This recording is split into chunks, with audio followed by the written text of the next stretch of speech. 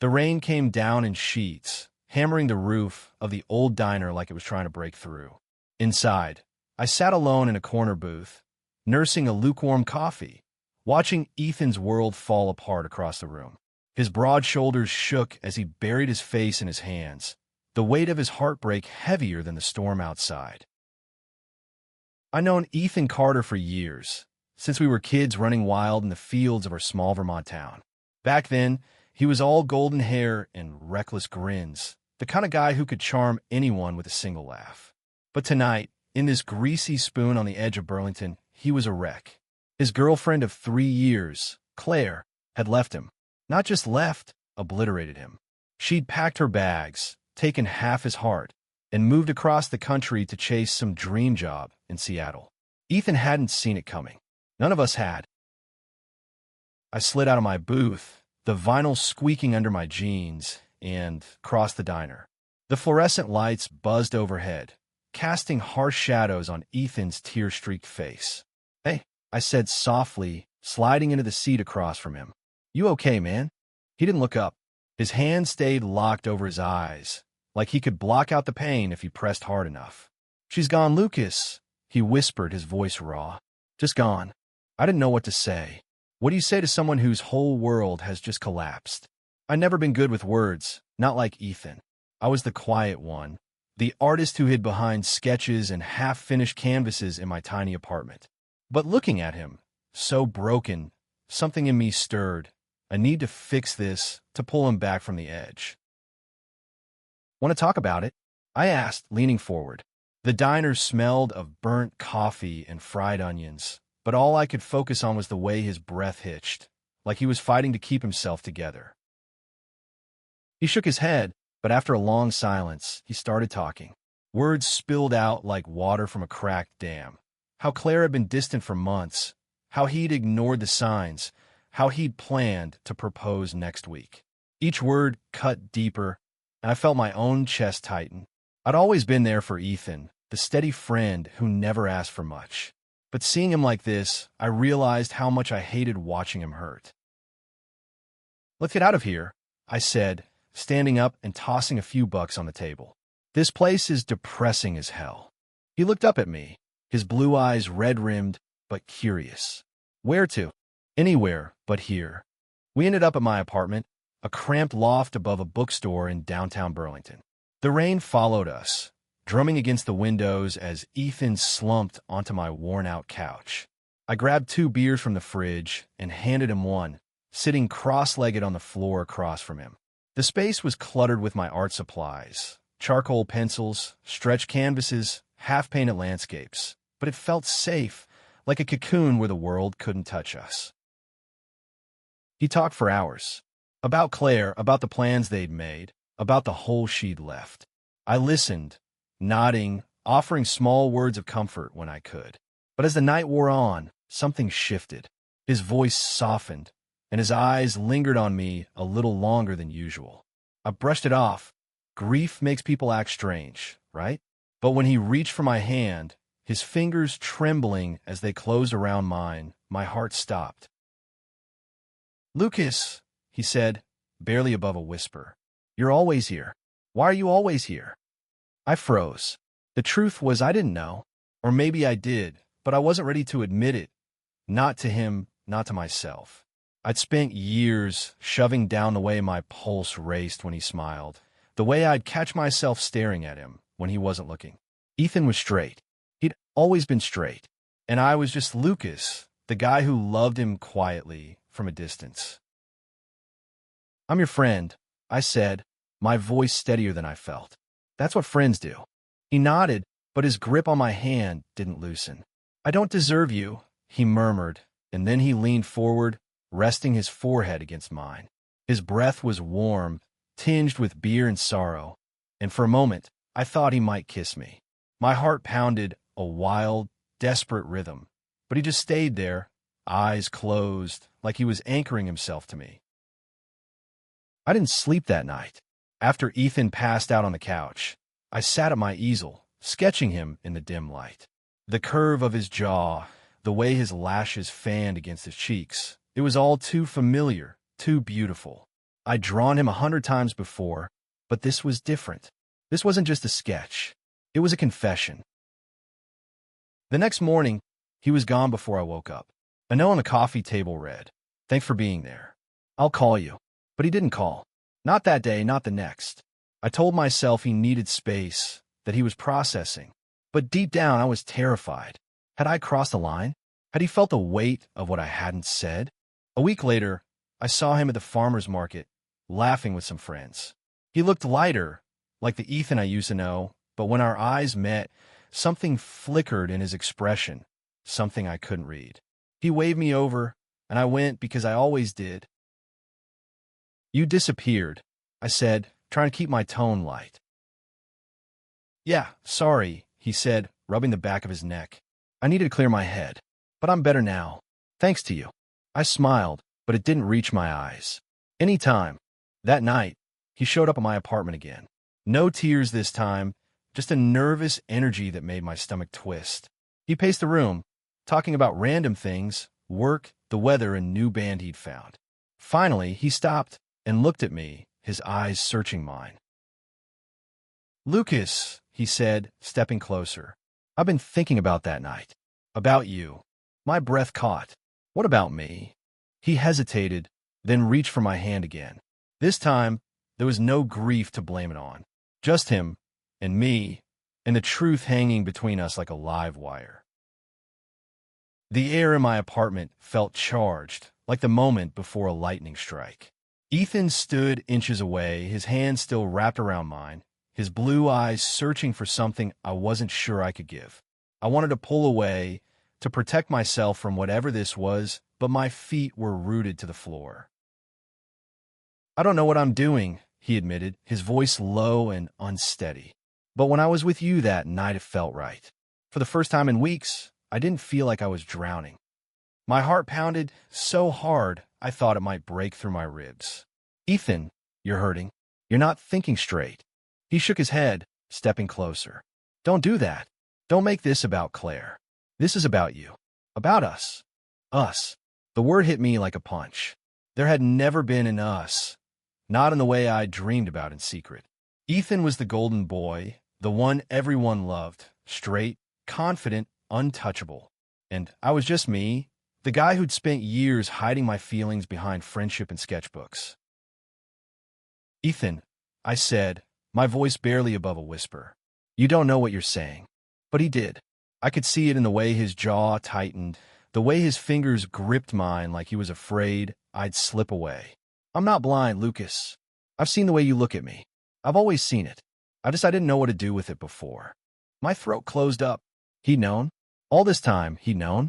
The thought made me dizzy, a mix of relief and terror washing over me. I pulled my hand away, stepping back until I hit the edge of my easel. "You're straight," I said, the words tasting bitter. "You love Claire. You can't just—" "I don't know what I am anymore," he interrupted, his voice cracking. "All I know is that when I'm with you, I feel something. Something real." I wanted to believe him. God, I wanted to. But I'd spent too many nights convincing myself that loving him was a one-way street. I couldn't let myself hope, not when the fall would break me. "Let's just slow down," I said, forcing calm into my voice. "You're still processing. You need time." He looked like he wanted to argue, but after a moment, he nodded. "Okay, but I'm not going anywhere, Lucas. Not this time." The next few weeks were a blur of tension and unspoken truths. Ethan started showing up at my apartment almost every day, sometimes with coffee, sometimes with nothing but a shy smile. We'd talk for hours about everything and nothing. Our childhood, our dreams, the way the world felt heavier than it used to. He was trying, I could tell, to rebuild himself after Claire. And I was trying just as hard to keep my walls up. But Ethan had a way of slipping through cracks. One night, we were sprawled on my couch, watching some terrible sci-fi movie, when he turned to me and said, "You ever think about leaving this place? Starting over somewhere new?" I shrugged, picking at the label on my beer bottle. "Sometimes, but I like it here. It's home." He nodded, staring at the TV screen. "I used to think I'd leave with Claire. Go somewhere big, like New York or LA. But now I don't know. I think I'd rather stay here. With you. My heart stuttered. I glanced at him, expecting to see that familiar, teasing grin, but his face was serious, his eyes locked on mine. Ethan, I started, but he cut me off. I mean it, Lucas. I'm not saying this because I'm lonely or desperate. I'm saying it because it's true. I didn't know how to respond. The room felt too small, the air too thick. I stood up, muttering something about needing water, and retreated to the kitchen. My hands shook as I filled a glass, my mind racing. Was this real? Could it be real? When I came back, Ethan was standing by my easel, staring at the sketch I'd done of him that night in the diner. "This is me," he said, his voice soft. "You drew me." I froze, my face burning. "Yeah, I draw a lot of things." He turned to me, his expression unreadable. "You draw me a lot, don't you?" I didn't answer. I didn't need to. The truth was in a stack of sketchbooks on my desk, filled with his face, his hands, his smile. Years of quiet longing, spilled onto paper. "Lucas," he said, stepping closer, "I'm not scared of this. Are you?" I opened my mouth to lie, to say I wasn't ready, that this was too much, too fast. But then he was there, right in front of me, and his hand was on my cheek, warm and steady. "I'm not going anywhere," he whispered, and then he kissed me. It was soft at first, tentative like he was testing the waters. But when I kissed him back, something broke open inside me, a flood of everything I'd held back for years. His hands found my waist, pulling me closer, and for a moment, the world disappeared. It was just us, tangled together in the dim light of my apartment, the rain still falling outside. When we finally pulled apart, I was breathless, my heart racing. "What are we doing?" I asked, my voice shaky. He smiled, a real smile, the kind I hadn't seen since before Claire. "Figuring out," he said. "Together." The kiss changed everything. It was like flipping a switch, illuminating parts of me I'd kept in the dark for years. But it also terrified me, because love, real love, comes with stakes, and I wasn't sure I was ready to lose. Ethan didn't pull away after that night. If anything, he leaned in harder. He'd show up at my apartment with takeout, or drag me to the lake to watch the sunset, his hand brushing mine like it was the most natural thing in the world. I wanted to trust it, to let myself fall, but doubt clung to me like damp clothes. What if this was just a rebound?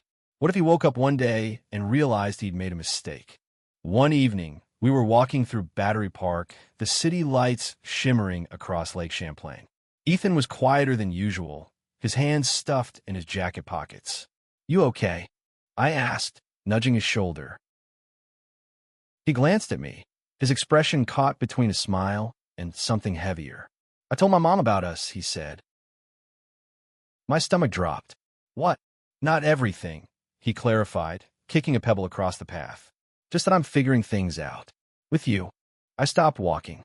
Ethan's mom, Linda, was the kind of woman who baked cookies for the whole neighborhood and hugged everyone she met. But she was also traditional, the kind of person who went to church every Sunday and talked about family values. I'd always liked her, but the thought of her knowing about us, about me, made my chest tight. "What did she say?" I asked, bracing myself. He shrugged, but his eyes betrayed his unease. She was surprised. Asked a lot of questions. Said she just wants me to be happy, but I could tell it through her. I nodded, trying to ignore the knot in my stomach. "And your dad?" Ethan's face darkened. "Haven't told him yet. You know how he is." I did. Ethan's dad, Tom, was a retired cop, all gruff voice and firm handshakes. He'd never been cruel, but he wasn't exactly warm, either. The idea of him finding out about us felt like walking into a lion's den. "You don't have to tell him," I said, my voice quieter than I meant it to be. "Not yet." Ethan stopped and turned to me, his eyes fierce. "I'm not hiding this, Lucas. I'm not hiding you." His words hit me hard, cracking open something raw inside me. I wanted to believe him, to trust that he meant it. But I'd spent so long protecting myself, building walls around my heart, that letting them down felt like stepping off a cliff. The next few weeks were a tightrope walk. Ethan was all in, holding my hand in public, stealing kisses when no one was looking, but I couldn't shake the fear that this was temporary.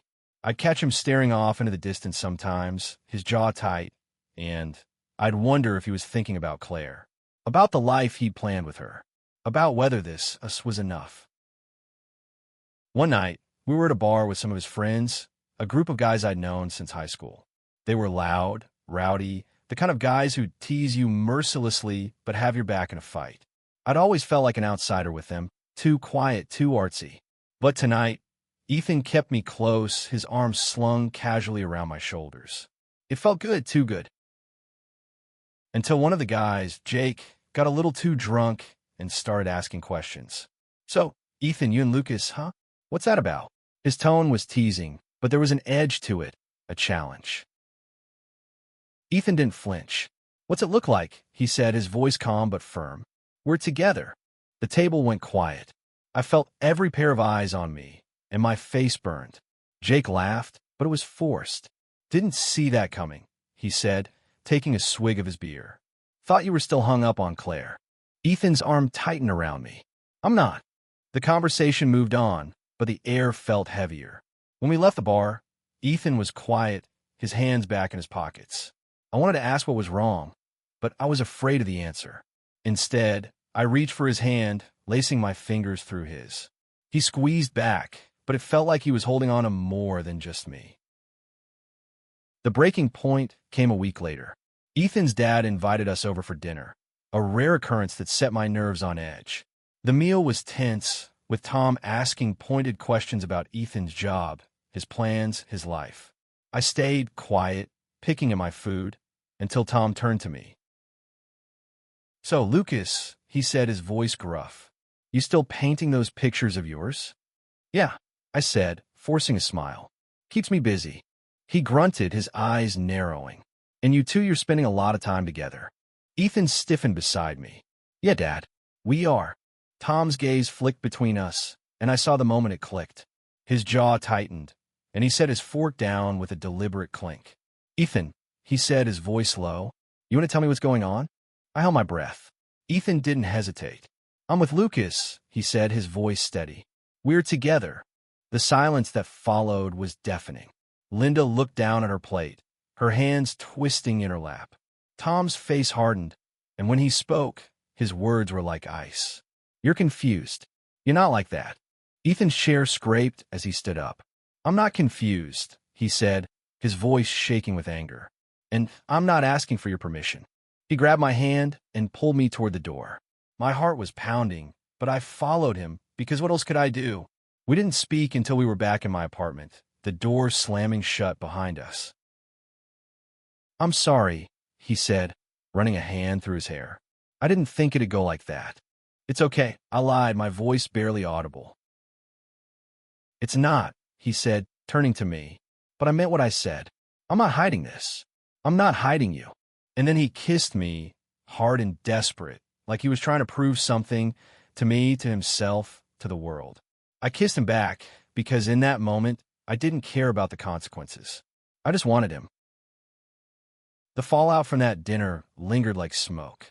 Ethan didn't talk about his dad, but I could see the weight of it in the way he carried himself, shoulders tense, smiles rarer. I wanted to fix it, to take away the hurt, but I didn't know how. All I could do was be there, the way I always had. We fell into a rhythm, a fragile, kind of normal. Mornings spent drinking coffee on my balcony, evenings tangled together on my couch, stealing moments between the chaos of our lives. Ethan was different now, more open, like he'd shed a skin he'd been wearing too long. But I still caught him staring into space sometimes, his eyes distant, and I wondered if he was still running from Claire's ghost, or if he was running from something else. One afternoon, we drove out to Lake Champlain, just the two of us. The air was crisp, the leaves turning gold and red, and the world felt quiet, like it was holding its breath. We sat on a dock, our feet dangling over the water, and for a while, neither of us spoke. It was enough to just be there, the silence comfortable but heavy with things unsaid. "I've been thinking," Ethan said finally, his voice soft, "about what this means. For me. For us." I turned to him, my heart kicking up a notch. What do you mean? He stared out at the water, his hands clasped tightly in his lap. I spent my whole life thinking I knew who I was. I love Claire. I thought I'd marry her, have kids, do the whole picket fence thing. But then she left, and I don't know. It's like I woke up and realized I'd been living someone else's life. I stayed quiet, letting him talk. I'd learned by now that Ethan needed space to unravel his thoughts, like untangling a knot. When I'm with you, he continued, his voice barely above a whisper, it feels like I'm finally being honest. Like I'm not pretending anymore. But it scares the hell out of me, Lucas. Because I don't know how to do this. I don't know how to be this. My chest ached. I reached for his hand, my fingers brushing against his. You don't have to have it all figured out, I said. We're figuring it out together, remember? He looked at me then, his eyes so raw it hurt to meet them. What if I mess this up? What if I hurt you? You won't, I said, even though I wasn't sure. And if you do, we'll deal with it. I'm not going anywhere. He smiled, a small, shaky thing, and leaned his head against my shoulder. The weight of him was warm, grounding, and for a moment, I let myself believe this could last. But the world has a way of breaking fragile things. A few days later, I got a call from Ethan's mom. Her voice was tight, laced with worry. Lucas, can you come over? It's about Ethan. I drove to their house, my stomach churning. While I got there, Linda was waiting on the porch, her arms crossed like she was holding herself together. He's upstairs, she said. He won't talk to me. Or Tom. But he'll talk to you. I found Ethan in his old bedroom, sitting on the edge of the bed, staring at a photo of him and Claire. My heart sank, but I pushed the feeling down and sat beside him. What's going on? I asked. He didn't look at me. Dad called me today. Said he wants to talk. Said he's disappointed. The word hung in the air, sharp and heavy. I wanted to reach for him, but something held me back. What do you want to do? I asked instead. I don't know, he said, his voice breaking. I thought I was done caring what he thinks. But it's like no matter what I do, I'm letting someone down. Him, Claire, You're not letting me down, I said, my voice firm. You're trying. That's enough. He shook his head, tears welling in his eyes. It's not. I see the way you look at me, Lucas. Like you're waiting for me to break your heart. And I hate it. His words cut deep because they were true. I've been holding my breath, waiting for the moment this all fell apart. But hearing him say it made it real, and I couldn't hide from it anymore. I'm scared too, I admitted, my voice barely audible. But I'm here. I'm choosing this. Are you? He looked at me then, his eyes searching mine, and for a moment I thought he might pull away. But instead, he leaned forward and kissed me, soft and desperate, like he was trying to hold on to something slipping away. I kissed him back, pouring everything I had into it. Every fear, every hope, every piece of me I'd kept hidden for so long. When we pulled apart, he rested his forehead against mine, his breath shaky. I'm choosing this, he whispered. I'm choosing you. For the first time, I let myself believe him. But belief is a fragile thing, and the world wasn't done testing us. A week later, Claire called. I wasn't supposed to know. She'd reached out to Ethan while I was at the studio, working on a new painting, but I saw the way his face changed when he checked his phone. He didn't tell me right away, but I could feel the shift, like a crack forming in the foundation of what we'd built. She wants to talk, he said finally, over dinner my place. She's coming back to Burlington, just for a visit. My fork froze halfway to my mouth. What does she want? He shrugged, but his eyes wouldn't meet mine. Closure, maybe? I don't know. She said she misses me. The words twisted in my gut. I wanted to ask if he missed her too, but I was too afraid of the answer. Instead, I nodded, forcing a smile. You should talk to her. Get it out of your system. He looked at me, his expression unreadable. You sure? No, I wasn't. But I nodded anyway, because what else could I do? I'd spent years loving him from the sidelines. I could survive this. I had to. Claire's return was like a storm cloud on the horizon, looming over everything.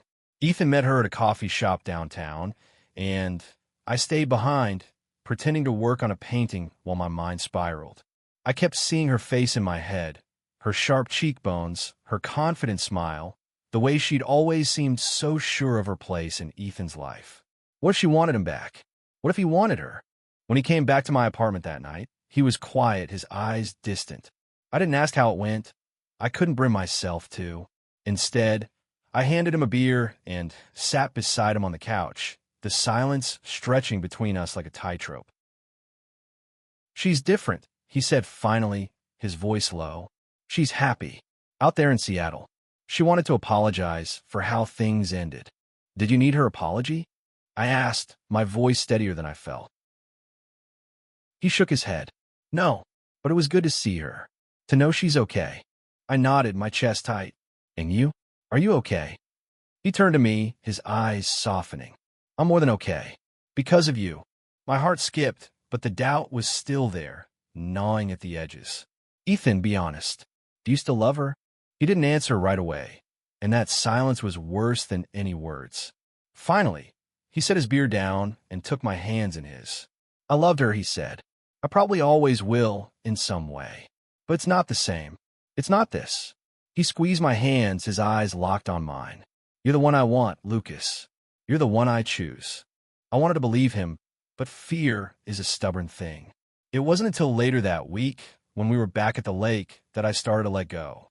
We were sitting on that same dock, the one where we'd shared so many quiet moments, when Ethan pulled something out of his pocket, a small, folded piece of paper. "I wrote this for you," he said, his voice nervous. "It's not much, but just read it." I unfolded the paper, my hands trembling. It was a letter written in his messy scrawl, and as I read it, my throat tightened. "Lucas, I was lost when you found me. I was broken, and you didn't try to fix me. You just stayed. You've always stayed. I don't know what I did to deserve you, but I'm not letting go.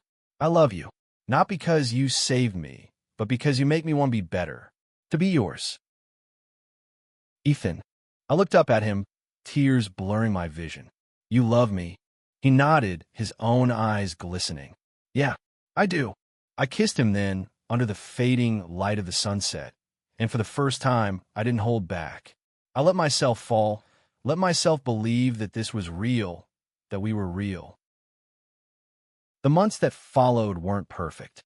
Ethan's dad never fully came around, though Linda tried to bridge the gap, inviting us over for awkward but well-meaning dinners. Some of Ethan's friends drifted away, unable to reconcile the Ethan they knew with the one who loved me. But others stayed, and slowly we built a life together, one filled with late-night talks, shared sketches, and moments so tender they made my chest ache. One evening, as we lay in bed, the rain tapping against the window, Ethan turned to me and said, "I want to stay here, with you, for good." I smiled, my heart full. "Then stay." And he did. We weren't perfect, and the world wasn't always kind, but we had each other. In his tears, I'd found the love I'd been missing all along, not just his but my own. The kind of love that doesn't just heal, it builds something new, something stronger, something worth fighting for.